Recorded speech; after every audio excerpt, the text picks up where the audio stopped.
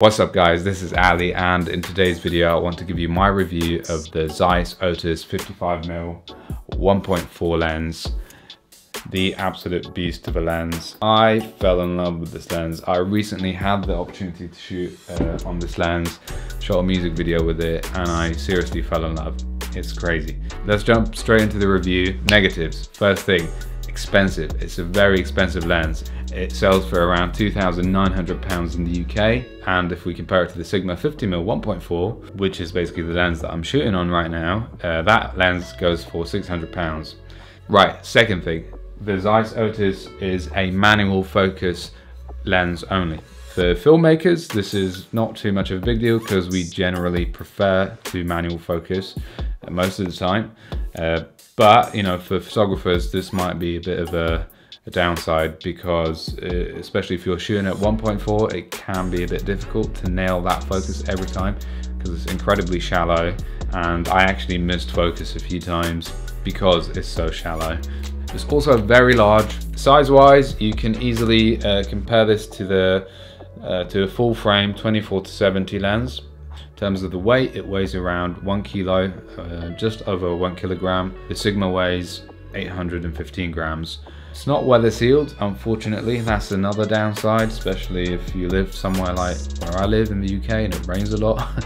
It's not ideal that it's not weather sealed. It doesn't have an aperture ring. The Nikon version does actually have an aperture ring here, and what you can do is you can buy the Nikon version and take it somewhere where they can convert the mount to a Canon mount, so you can have a declicked aperture ring too, which is great if you're a filmmaker. So these are really the downsides for me.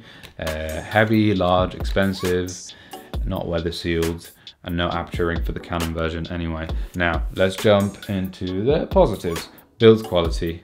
It's genuinely probably the best lens that I've ever picked up in terms of build quality. It's all metal. You can feel that, you can hear that metal when you touch it. Even the lens hood is metal. The glass is superior, and yeah, cannot fault it. The focus ring is very smooth, and it's a very long throw, which is perfect, you know, for nailing that 1.4 focus. Right guys, so what I'm going to do next is I'm going to show you some stills that I shot on the Otus, and I'm going to show you some video as well. I'm actually shooting on the Sigma 50mm 1.4 right now at 1.4, and what I'm going to do is I'm going to put the Otus on, take off the Sigma, and you can be the judge of the footage and you can tell me what it looks like. So yeah, let's do that now. Okay guys, so the Sigma's off, I've got it here, and this is the Otus. In theory, I should be in focus because I double checked the focus and distance on the Sigma 50mm while it was autofocusing.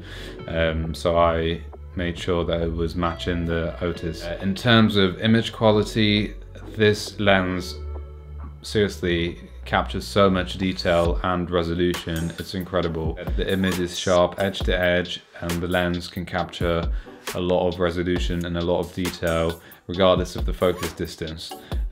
So it could be, you know, focusing at a subject quite far away from you, or it could be a subject that is closer to you, close to the lens. Regardless of the focus distance, it's always sharp, and the out of focus area always renders beautifully, which really transitions very well into the focus area and gives you that kind of lovely 3D look. And this is really what sets this lens apart. On top of that, you get really amazing contrast, what they call micro contrast, which again, when you combine it with the sharpness and the beautiful rendering, it gives you like a beautiful, lovely look that I absolutely love. There is no distortion, and there is no chromatic aberration, like we said. There is some vignetting at 1.4, but it's not incredibly annoying. It's not too bad. So yeah guys, that brings me to the end of this review. I hope you enjoyed it. I hope it brought you some additional information and some value. Let me know in the comments below if you are considering buying one maybe, or even hiring one for a shoot that you have coming up, or even your thoughts on the lens versus the Sigma, or maybe another 50mm that you have and you really love. Yeah, I'll see you in the next video. Take care.